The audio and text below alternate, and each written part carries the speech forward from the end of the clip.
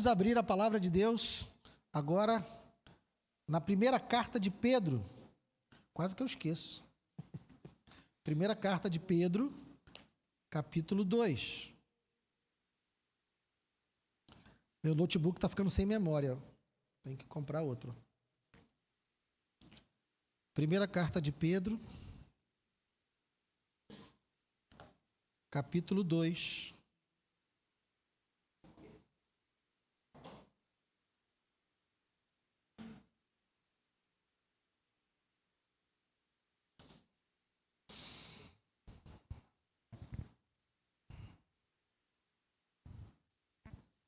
Vamos ler dos versos 4 ao verso 10. Primeira carta de Pedro, capítulo 2. Vamos ler do verso 4 ao verso 10.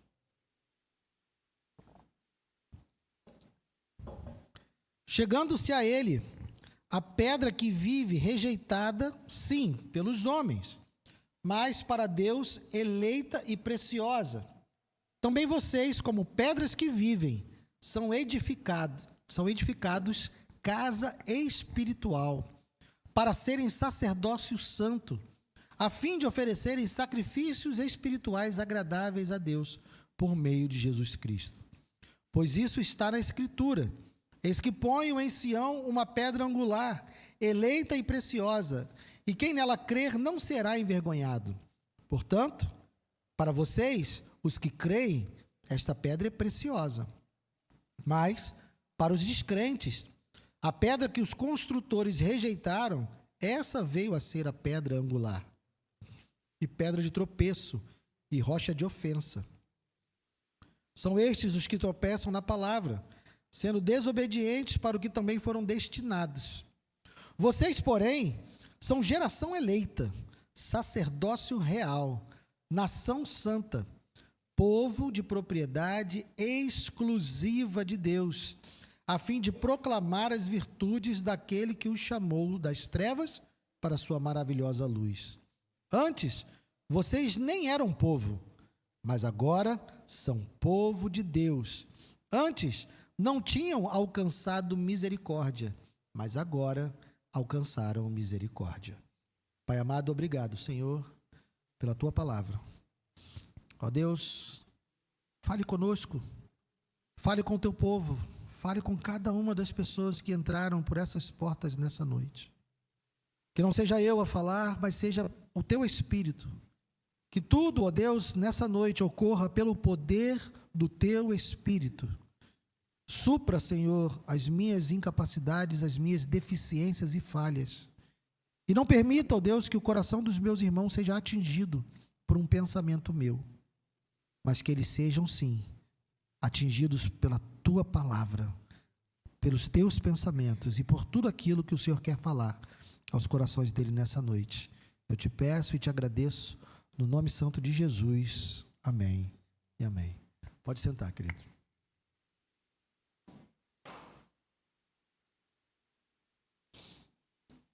Identidade. Identidade é aquilo que nos diferencia de todas as outras pessoas numa multidão. E eu não estou falando apenas de um documento, né? Porque eu falo com meu filho quando fez 18 anos, eu falo, cara, você tem que andar com identidade. Porque as pessoas precisam saber quem você é. Senão você é só um garoto andando pela rua por aí. Mas não é somente de um documento. O documento nos individualiza. Você pode estar no meio de uma multidão e, a partir do momento que você apresenta lá seu documento, a sua identidade, você se torna aquela pessoa e você está individualizado no meio daquela multidão. Mas identidade é algo para além de um documento. Nós carregamos uma identidade. Conforme a gente vai conhecendo uma pessoa com o tempo e profundamente, nós reconhecemos essa pessoa por marcas, por características, pela identidade que ela carrega. Eu e Érica, esse ano, vamos completar 30 anos de casado e 32 anos que a gente convive. E é muito engraçado nós dois em casa sozinhos, porque a gente sabe o que um vai falar antes do outro falar, só pela cara. Só quando chama, do jeito que chama, a gente já sabe mais ou menos o que vem por ali. Isso é identidade. Ela conhece a minha identidade, eu conheço a identidade dela. porque nós estamos próximos. Então, cada um de nós tem uma identidade. Mas nós temos falado nos últimos encontros que tivemos a respeito de uma nova identidade que nós recebemos em Cristo, uma identidade comum, algo que Deus fez por nós. Temos passeado aí pela palavra de Deus, observando as características dessa nova identidade que Deus nos deu em Cristo. Nós vimos como a nossa união com Ele nos transformou em outras pessoas. Nós somos novas criaturas. E passeamos por algumas dessas características, desses benefícios da nova identidade. No primeiro sermão, nós vimos que a nossa nova identidade nasce e está fundamentada na vontade de Deus. Ele quis nos reconciliar com Ele por causa do seu amor. E nesse processo de reconciliação, Ele fez de nós novas criaturas. Não uma reforma, mas um novo nascimento. Deus nos deu um novo nascimento para nos dar uma nova identidade. Depois nós vimos que nessa nova identidade, faz parte dessa identidade, nós sermos pessoas perdoadas. Nós sermos selados pelo Espírito Santo. É como a nossa identidade está ligada e garantida pelos propósitos eternos de Deus. Deus não nos salvou e não nos deu uma nova identidade por bel prazer, mas Ele tem um propósito nisso. E de acordo com o seu propósito, Ele vai nos conduzir até o fim, porque Ele tem um propósito. Enquanto esse propósito não se cumpre, nós estamos ligados a Ele eternamente. Depois nós vimos que nessa identidade nós também fomos adotados como filhos. Fomos feitos filhos de Deus. Ao contrário do adágio popular, né, de que todo mundo é filho de Deus, nós vimos pela palavra de Deus que não. Filho de Deus é aquele que foi resgatado, aquele que foi reconciliado e adotado por meio de Cristo. Então, nessa nova identidade, nós também ganhamos, né, o status de filhos de Deus. Avançamos e vimos que, além de sermos filhos do Deus Altíssimo, nós também fomos tornados santos. Vimos que essa palavra santo, às vezes, é um pouco confundida, né? E a gente tem medo de dizer que é santo, porque pode transparecer alguma arrogância, como se nós fôssemos perfeitos. Mas nós aprendemos que nós somos santificados por Deus, declarados santos porque fomos separados. Então, nesse nível, nós somos santos, nós estamos sendo santificados por Deus, pelo poder do seu Espírito, e Deus nos prometeu, no futuro, nos tornar completamente santos. Nos dar um corpo glorificado e nós vivermos com Ele em total harmonia, sem pecado. Sobre esses 3 tipos de santidade, né? Hoje, por acaso, eu coloquei lá no aplicativo da igreja um artigo sobre isso. Se você quiser se aprofundar nesse assunto, temos um artigo lá no aplicativo. Depois nós falamos como nossa identidade só faz sentido na coletividade. Deus não nos deu uma identidade individual. A salvação é individual? É. Nós somos chamados individualmente ao novo nascimento? Sim. Mas todo aquele que nasceu de novo foi incluído num corpo. Foi incluído numa família. Então nós vimos que também faz parte da nossa identidade sermos membros do corpo e da família de Deus. E que esse pertencimento não é um peso, esse pertencimento é um privilégio. Nós não estamos sozinhos e nunca estaremos sozinhos nessa vida, nessa luta. Todo aquele que está em Cristo foi incluído numa família. E não há por que ele estar sozinho, não importa o que tenha acontecido na sua vida. Você não está sozinho. Nós somos família. Estamos aprendendo ainda a ser uma família melhor, mas somos família. No domingo passado nós falamos da nossa belíssima herança em Cristo, porque se somos filhos, também somos herdeiros. E na semana passada falamos sobre ser herdeiros em Cristo, entendendo que há um caminho de sofrimento. Mas, ao trilhar esse caminho de sofrimento, nós temos na memória e na lembrança e no coração a certeza de que aquilo que Deus tem para nós como herança não se compara com nenhuma das dores que nós vivemos nesse mundo. É muito superior. E isso nos dá força para caminharmos nesse mundo em meio às dores, em meio às dificuldades, na certeza de que a nossa herança é belíssima em Cristo Jesus. Então, até aqui foram 7 mensagens, 7 sermões, falando da nossa característica, da nossa identidade, da nossa nova identidade em Cristo. E hoje, na 8ª, nós vamos encerrar essa série, falando de como nessa nova identidade em Cristo, nós somos sacerdócio real. Todo aquele que está em Cristo, todo aquele que está ligado a Cristo, que se achegou a Cristo, ele é um sacerdote real. E aí agora a gente pode ir para o nosso texto. Vejam, verso 4. Chegando-se a ele, a pedra que vive, rejeitada sim pelos homens, mas para com Deus eleita e preciosa. Então, nós voltamos ao fundamento. O fundamento dessa nova identidade, como nós vimos no primeiro sermão, o fundamento dessa nova identidade é Cristo. A obra que Cristo realizou em nosso favor, para que nós pudéssemos então receber essa nova identidade. Sem a obra de Cristo, sem aquilo que Ele realizou por nós, isso seria impossível.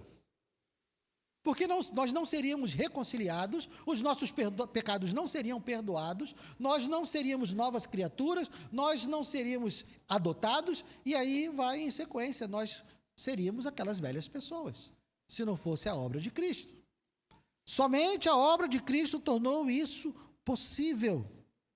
Ele é o fundamento dessa nova identidade, ele é a base, ele é o alicerce, ele é o sustentador dessa nova identidade que nós recebemos de Deus. E aí vamos pular o verso 5 para irmos para os 6, 7 e 8. Pois isso está na Escritura: eis que ponho em Sião uma pedra angular, eleita e preciosa. E quem nela crer não será envergonhado. Portanto, para vocês, os que creem, essa pedra é preciosa. Mas para os descrentes, a pedra que os construtores rejeitaram, essa veio a ser a pedra angular. E pedra de tropeço e rocha de ofensa. São estes os que tropeçam na palavra, sendo desobedientes para o que também foram destinados. Da mesma forma que Jesus é a base, e quando ele fala aqui, né, que ele é a pedra angular, ele está fazendo uso de uma linguagem da engenharia, né, da época, que eles não cavavam sapatas e não colocavam vergalhões e enchiam de concreto como a gente faz hoje, né? Eles não cavavam sapatas. O alicerce de uma casa era uma pedra posicionada de maneira estratégica, e era aquela pedra angular que daria sustentação para toda a construção. Então, se Jesus é a pedra angular, mas ele é apenas para os que creem. Porque Jesus, ele tem um ministério duplo. Como assim um ministério duplo? Jesus é o diferencial entre a vida e a morte. Jesus é o diferencial entre a velha identidade e a nova identidade. Jesus é o diferencial entre as consequências mortais dos pecados e a graça vivificadora do perdão.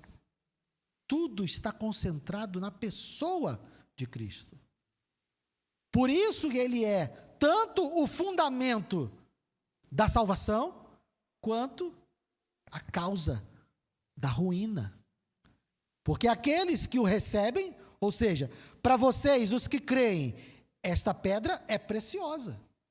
É o nosso fundamento, é o nosso alicerce, é que dá a sustentação da nossa nova vida. Mas, para os descrentes, aqueles que rejeitaram e rejeitam Cristo até hoje, a pedra que os construtores rejeitaram, essa veio a ser a pedra angular. Então, para eles se tornou o quê? Pedra de tropeço e rocha de ofensa. Então, diante de Jesus, não há neutralidade. Diante de Jesus só há duas posições. E já falei isso em algumas outras mensagens aqui, só há dois tipos de pessoas no mundo. Aquelas que estão em Cristo e aquelas que não estão em Cristo. Aquelas que são novas criaturas e aquelas que não são novas criaturas. Aquelas que creem e aquelas que não creem. Todo o resto, toda outra diferenciação é inútil, porque a única diferença que vai fazer entre vida e morte é a nossa posição diante de Jesus. Se para nós ele é a pedra angular, temos vida.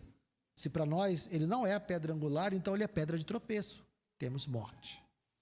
Não há outra posição diante de Jesus.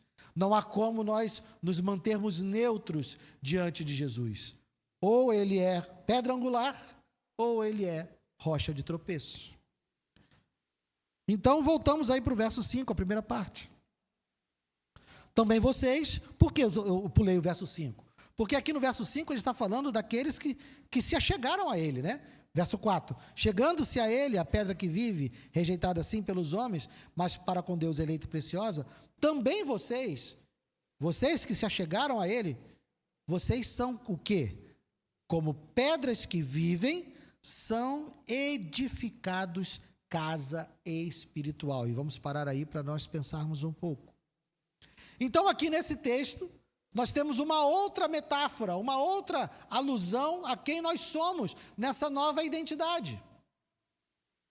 E, se você já reparou, toda alusão, toda metáfora que é usada nas Escrituras para falar da igreja é uma metáfora coletiva. É uma metáfora comunitária. Então, aqueles que reconhecem Jesus como sendo a pedra angular, eles estão sendo edificados como pedras que vivem. Então, a nossa salvação, a nossa nova criação, a nossa nova identidade, ela só faz sentido na comunidade. Então, essa é a primeira coisa que nós precisamos entender. Não existe vida cristã isolada.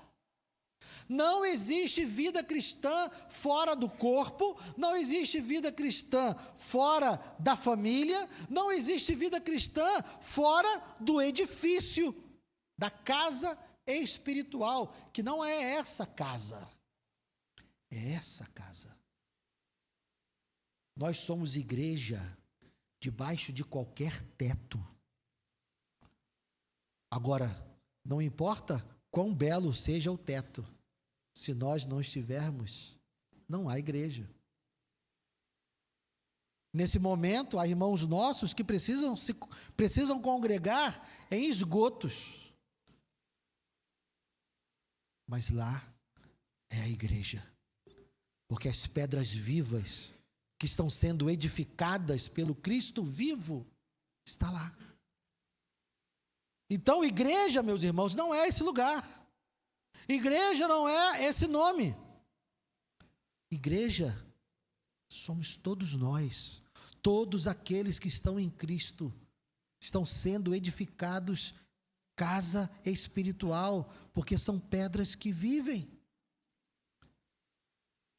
Cada pedra tem a sua função, cada pedra tem o seu lugar, cada pedra está lá por uma razão. E, de novo, você está aqui com uma razão. Você está aqui por um propósito. Deus não trouxe você até essa igreja, Deus não colocou você nesse corpo sem que você tenha um propósito. Não existem pedras numa construção que estão lá aleatoriamente. Então creia, meu irmão e minha irmã, se você está aqui, Deus tem algo para você aqui, algo para você fazer aqui. Não se contente em simplesmente vir e assistir cultos. Não se contente em entrar e sair por essas portas 1h30 cada vez que você vem aqui. Não se contente com isso. Aquilo que Deus quer para a sua vida é edificar você como casa espiritual. Você não é uma pedrinha solta. E não foi para isso que Ele chamou você. Procure, ore, busque em Deus como você pode contribuir. Falei isso quando falei na mensagem sobre família, né? Sobre o corpo de Cristo. Falei, não há nenhum líder nessa igreja que vai rejeitar você, se você chegar e falar assim, eu quero trabalhar. Precisamos de professores na escola bíblica, precisamos de pessoas para trabalhar dentro do culto, precisamos de pessoas para trabalhar fora do culto, temos trabalhos que acontecem aqui fora dos cultos, temos muita coisa para fazer, e inclusive, Deus pode ter dado a você uma visão que não deu a ninguém aqui, e seja você que vai implantar algo novo nessa igreja, que vai abençoar outras vidas. Saiba que você está aqui por uma razão, creia nisso, ore por isso e haja nessa direção. Busque o seu lugar nesse corpo, porque você está sendo edificado casa espiritual, e aqui tem um propósito, você está sendo casa espiritual para quê? Para serem sacerdócio santo. Com que propósito você vai ser o sacerdócio santo? A fim de oferecer sacrifícios espirituais agradáveis a Deus por meio de Jesus Cristo. Então nós precisamos entender, eu estou sendo edificado casa espiritual para ser sacerdócio real, para oferecer sacrifícios espirituais agradáveis. Então vamos entender essas duas coisas. O que os sacerdotes faziam lá no Antigo Testamento? Lembra aí da sua aula do CETEB? Lembra aí da sua aula de Panorama? Os sacerdotes, eles eram os mediadores. Eram aqueles que faziam a mediação entre o povo e Deus. Então o povo queria oferecer sacrifícios, eles levavam o seu sacrifício para o templo, entregavam para o sacerdote, e quem oferecia esse sacrifício era o sacerdote. Quem apresentava o sacrifício do povo para Deus era o sacerdote. Então o sacerdote, ele era o mediador entre o povo e Deus. Agora, na nova aliança, o nosso mediador é Cristo. Cristo é o mediador entre Deus e os homens. É Ele quem nos apresenta diante de Deus como santos e irrepreensíveis, é Ele que nos apresenta diante de Deus como filhos, é Ele que nos apresenta limpos, lavados e remidos diante do Senhor. Cristo é o nosso mediador, e Ele é mais do que isso, Cristo também é o nosso sacrifício. Porque aqueles sacrifícios do Antigo Testamento apontavam para o verdadeiro sacrifício e o sacrifício definitivo, que é o próprio Cristo. Isso você vai compreender lendo a carta aos Hebreus. Dever de casa, leia a carta aos Hebreus, para entender a relação de Cristo com os sacrifícios do Antigo Testamento. Mas, então, Guilherme, se Jesus é o nosso sacerdote, e se Jesus é o nosso sacrifício, por que então Pedro está nos dizendo que nós estamos sendo edificados casa espiritual para sermos sacerdócio santo e para oferecermos sacrifícios espirituais agradáveis a Deus? Porque, meus irmãos, essa mediação de Cristo e essa assemelhação, esse sacrifício de Cristo, ele é para a nossa salvação. Aquilo que Cristo realizou por nós e a intercessão que Ele realiza por nós lá no trono dos céus, ela diz respeito à nossa salvação. Mas o nosso relacionamento com Deus, ele é algo que acontece após a salvação. Então, a partir do momento que nós somos salvos em Cristo, nós somos novas criaturas, filhos de Deus, santos e irrepreensíveis, perdoados e remidos, nós agora temos um relacionamento com Deus. De que maneira esse relacionamento com Deus acontece? Nós, nesse relacionamento, nós somos sacerdotes, por quê? Porque nós temos acesso ao Pai. Nós não precisamos, não é como se Jesus estivesse num escritório e o Pai em outro escritório, e eu só falo com Jesus.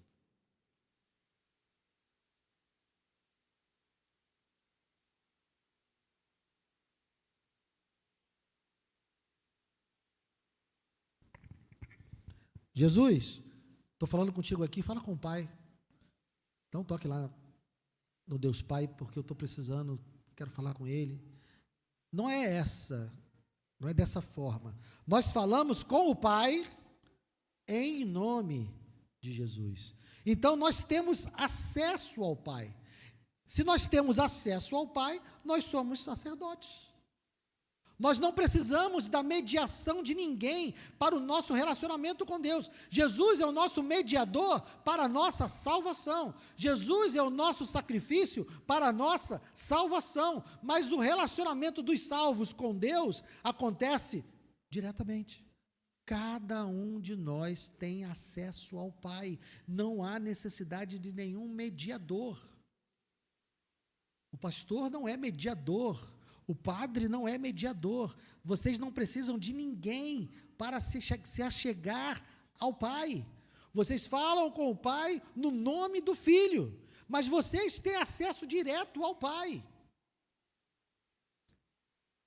A oração do pastor não é maior, não é melhor.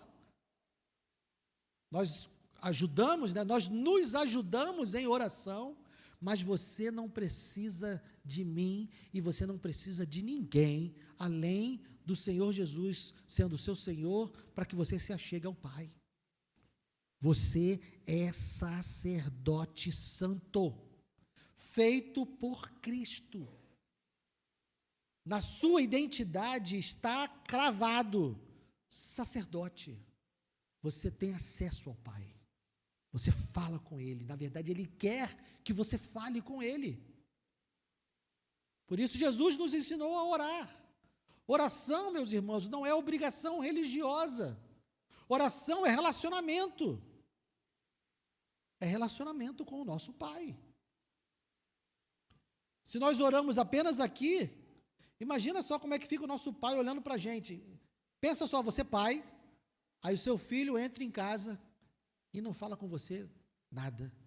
E passa a semana inteira sem falar com você. Entra e sai de casa, entra e sai, come, toma banho, toma café da manhã, janta, almoça, e não fala com você. É quando chega no domingo, aí seu filho se arruma todo, bota uma roupa especial, bate lá na porta do seu quarto. Oi, pai, eu vim dizer o quanto eu te amo. Não é estranho isso? Não seria extremamente estranho você ter um filho em casa que passa a semana inteira sem falar com você e de repente no domingo ele se arruma todo, bate na porta do seu quarto, se ajoelha: pai, eu te amo, você é a coisa mais importante da minha vida, eu não vivo sem você. Aí ele vai, se fosse eu, né?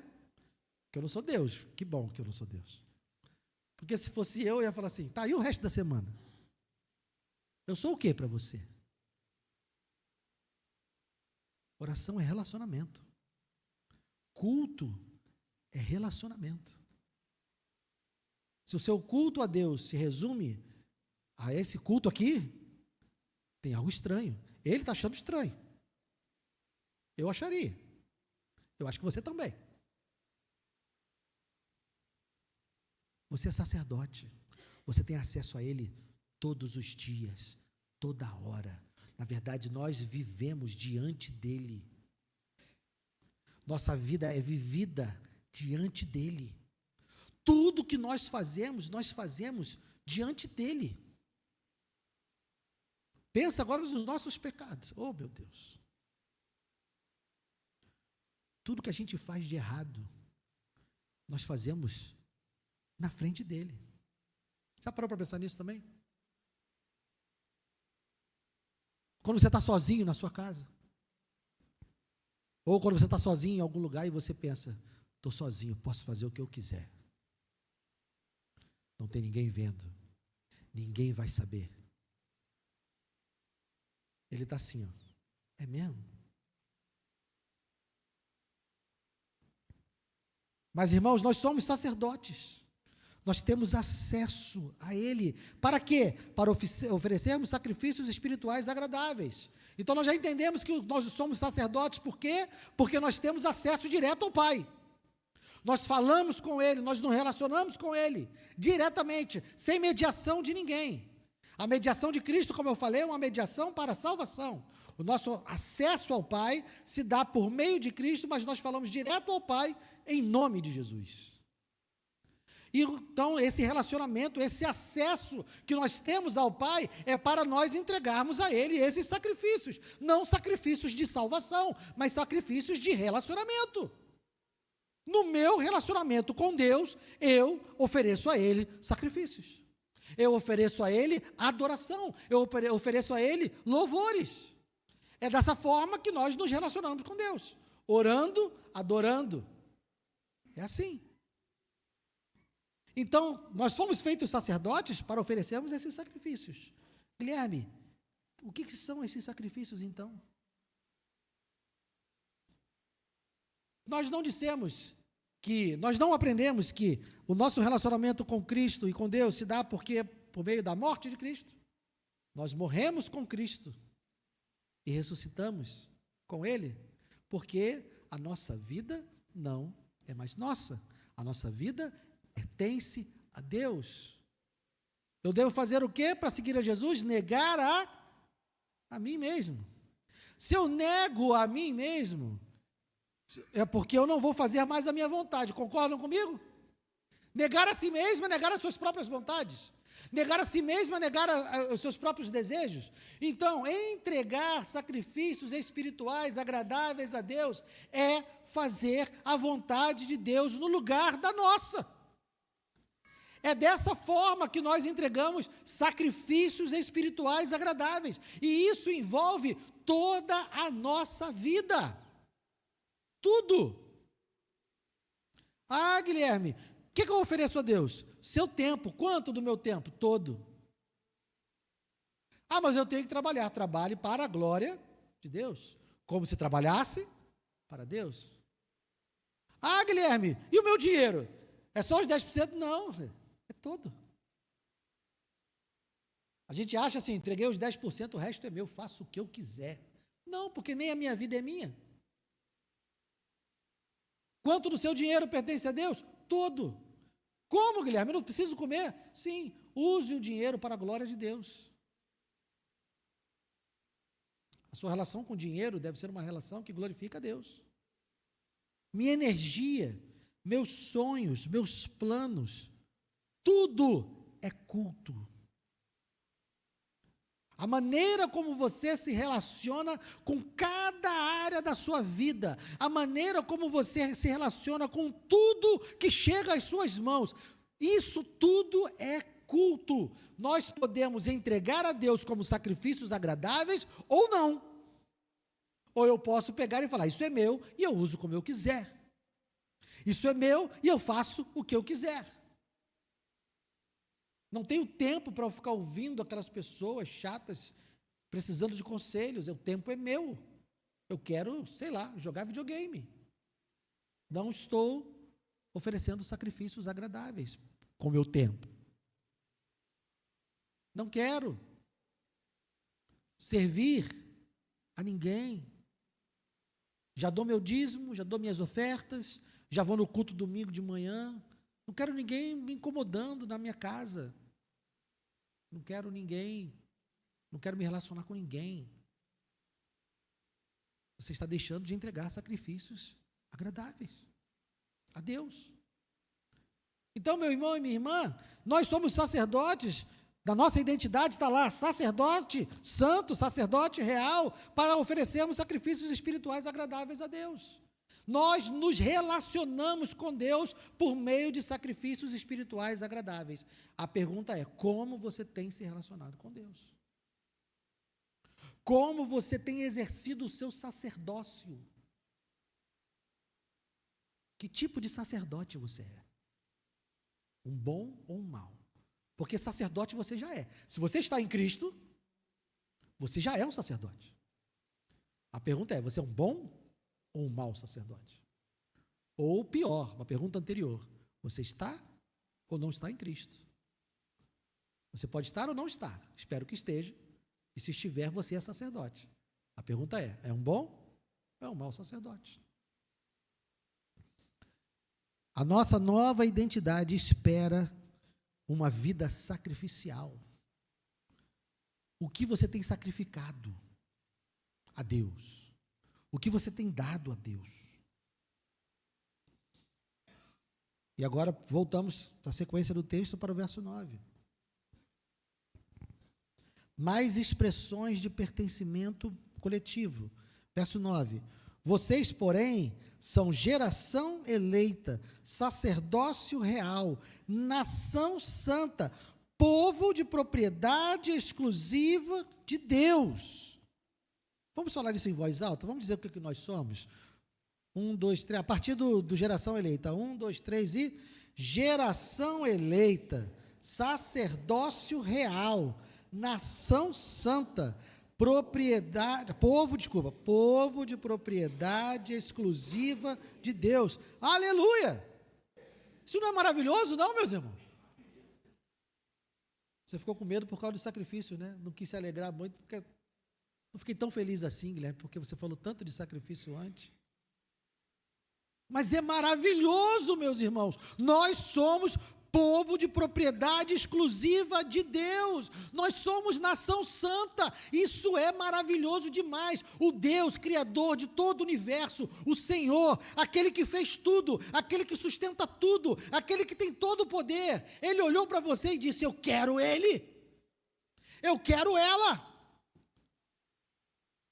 eu quero me relacionar com Ele, eu quero me relacionar com ela. É isso que Deus está dizendo quando nos dá uma nova identidade. Ele está dizendo: eu quero ter um relacionamento contigo.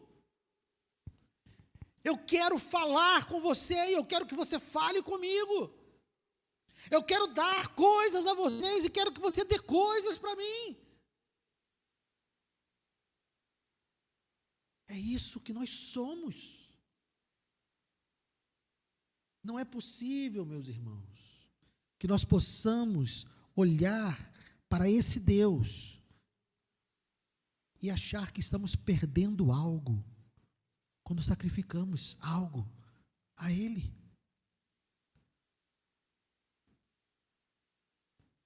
Nosso dinheiro, nosso tempo, nossos planos, nossos sonhos.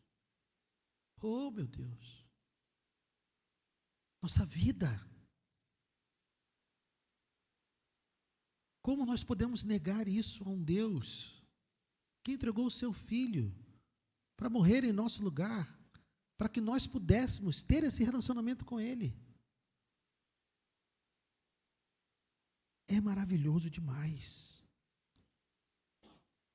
Mas aqui tem um outro propósito.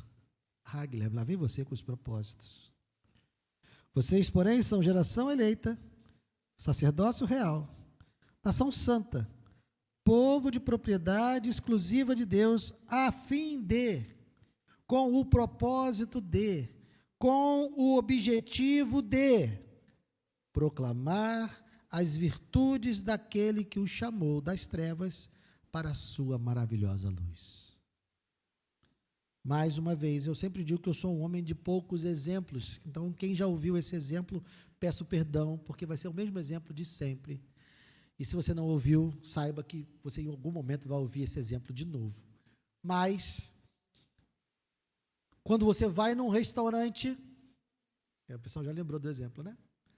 Quando você vai num restaurante maravilhoso, com aquele precinho baratinho, e você entrou lá, pagou R$20, come à vontade, e tinha picanha, tinha camarão com catupiry, tinha arroz à piamontese, e você pagou R$ 20 e pôde fazer um prato maravilhoso, e você comeu e saiu feliz, qual a primeira coisa que você faz lá no grupo de WhatsApp da família?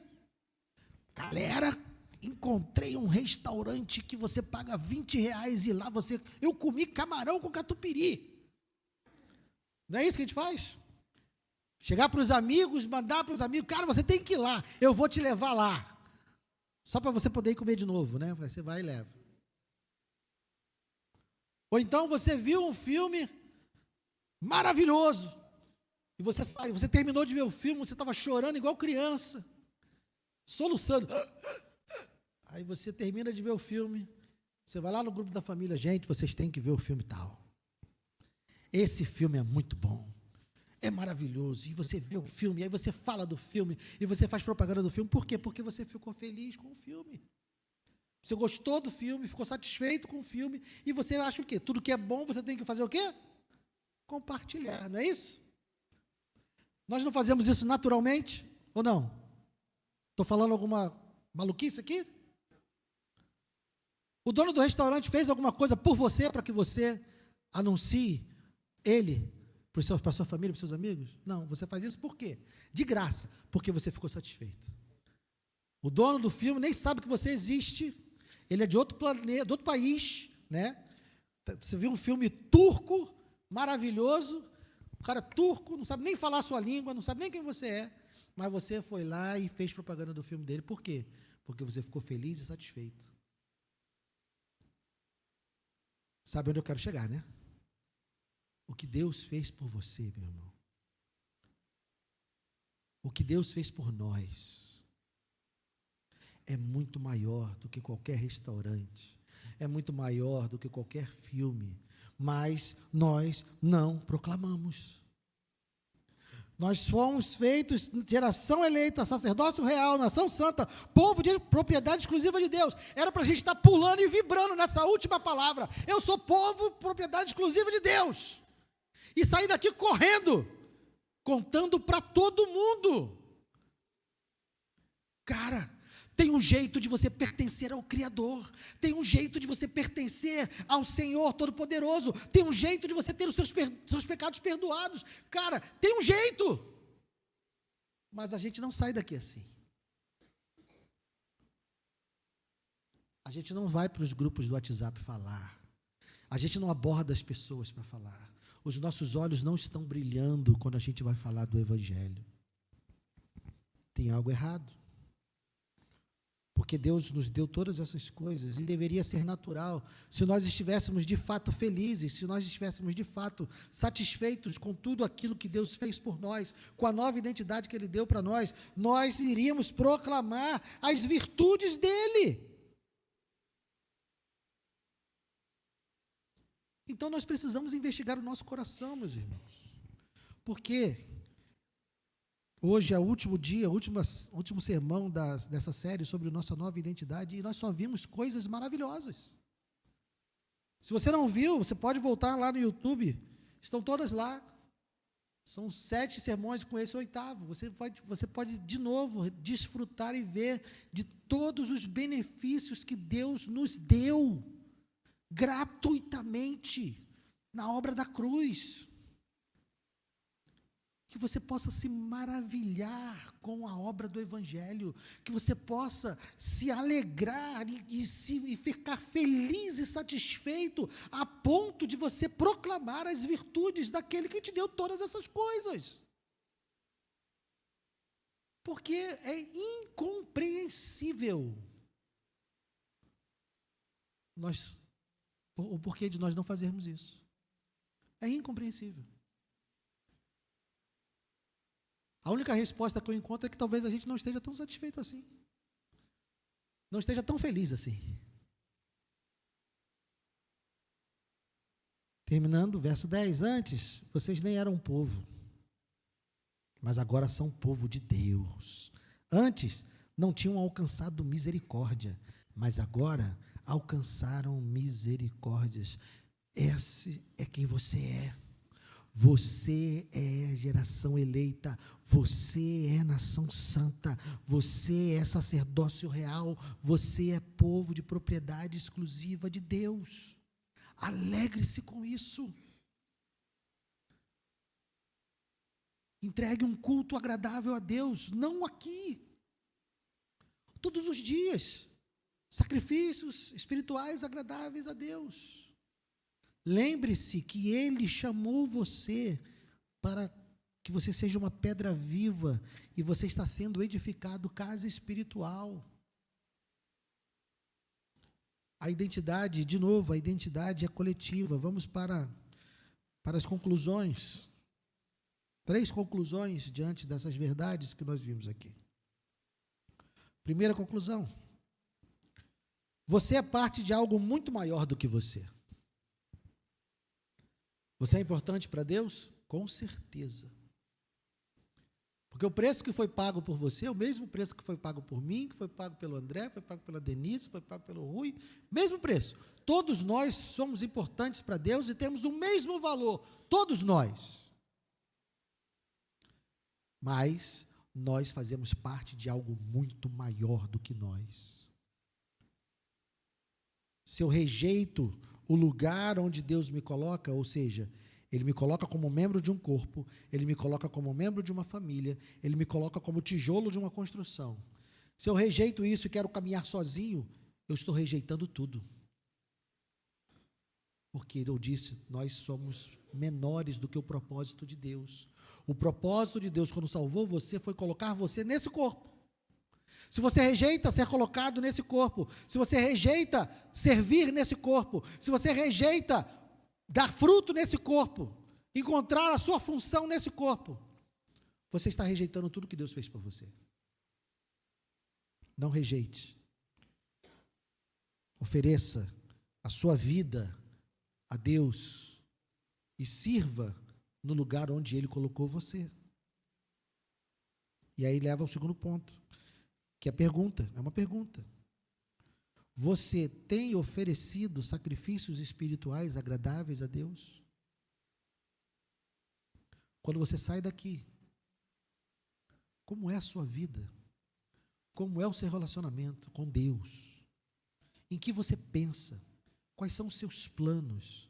Onde você gasta a sua energia? Onde você gasta o seu tempo? Onde você gasta o seu dinheiro?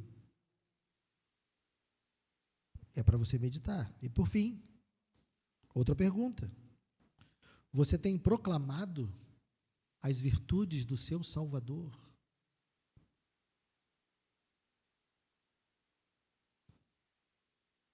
Estamos diante, meus irmãos, da mesa do Senhor. A mesa do Senhor não é um lugar de exclusão. A mesa do Senhor é um lugar de inclusão. Por quê? Porque eu e você fomos incluídos na família de Deus. E a mesa expressa essa comunhão da família de Deus.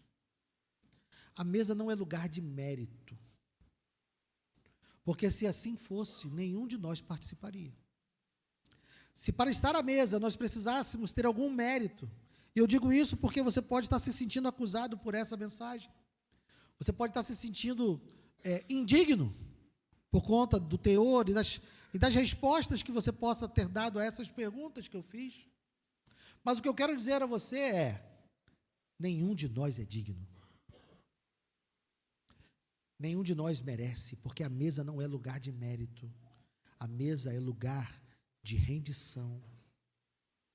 A mesa é lugar de confissão.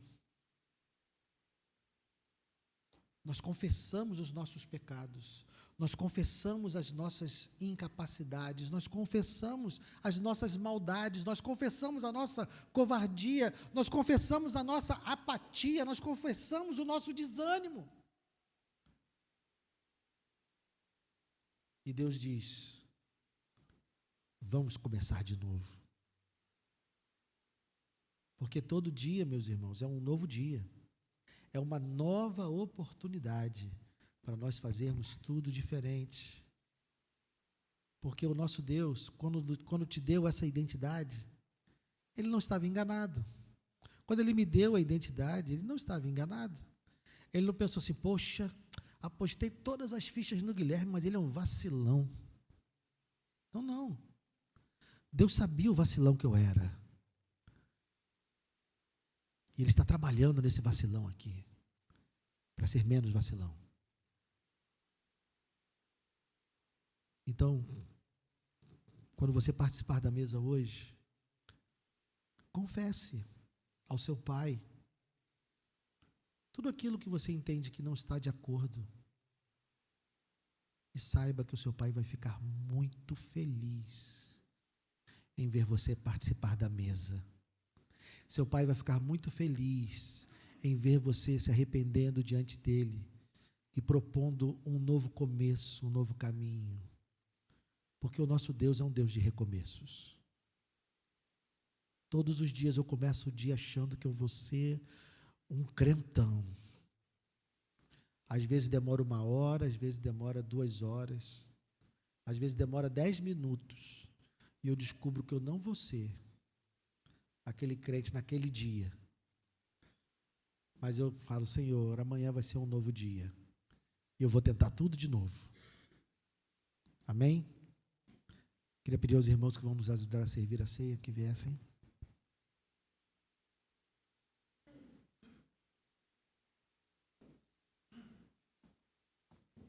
Senhor,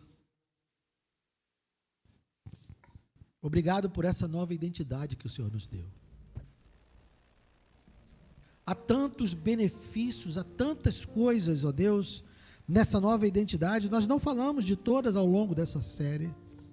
Nós não meditamos em tudo, porque são tantas coisas maravilhosas, mas nós meditamos em oito posições que o Senhor nos colocou. E, ó Deus, em primeiro lugar, nós queremos confessar a nossa indignidade.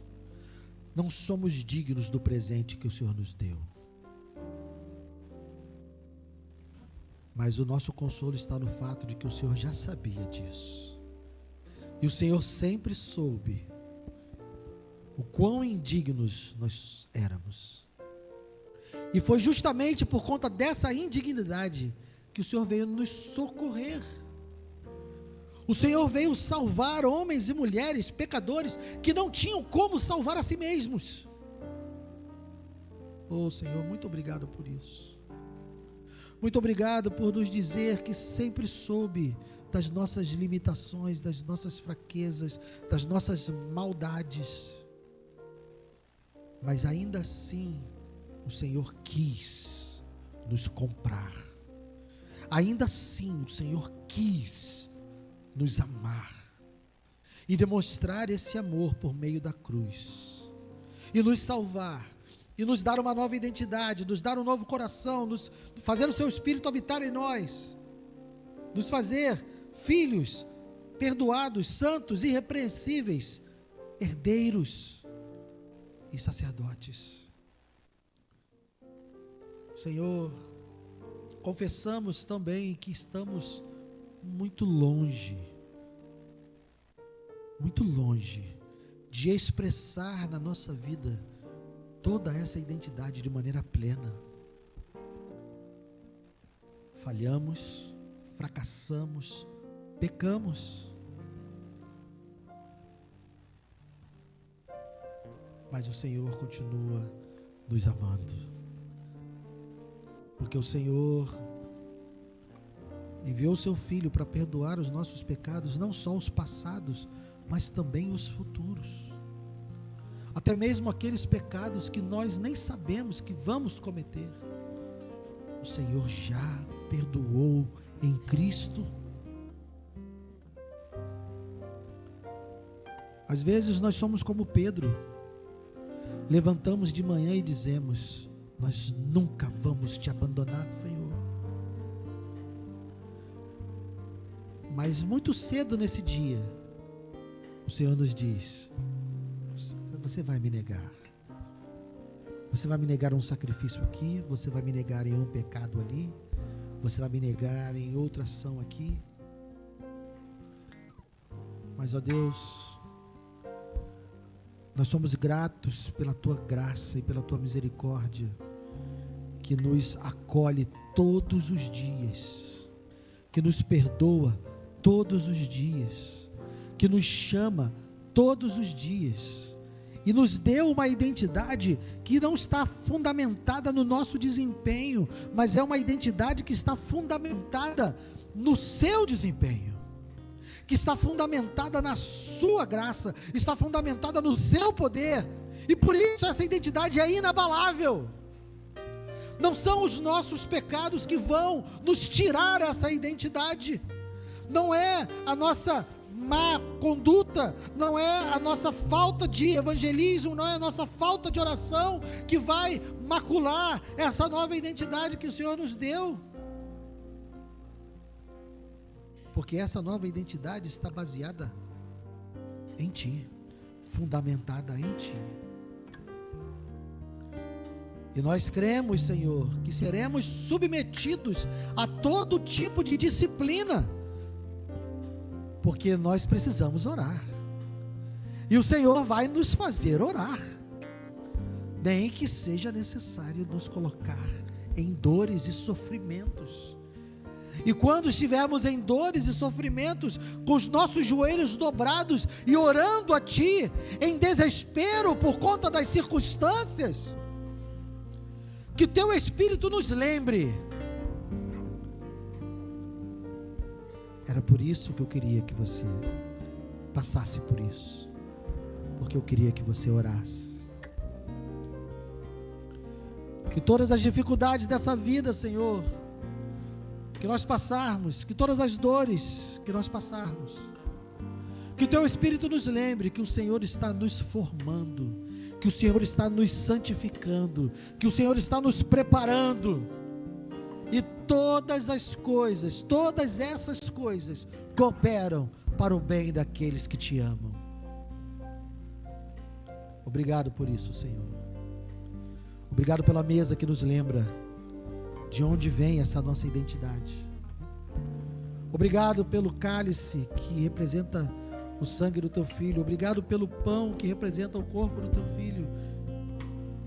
Que nessa noite, ó Deus, homens e mulheres pecadores, como eu, como meus irmãos,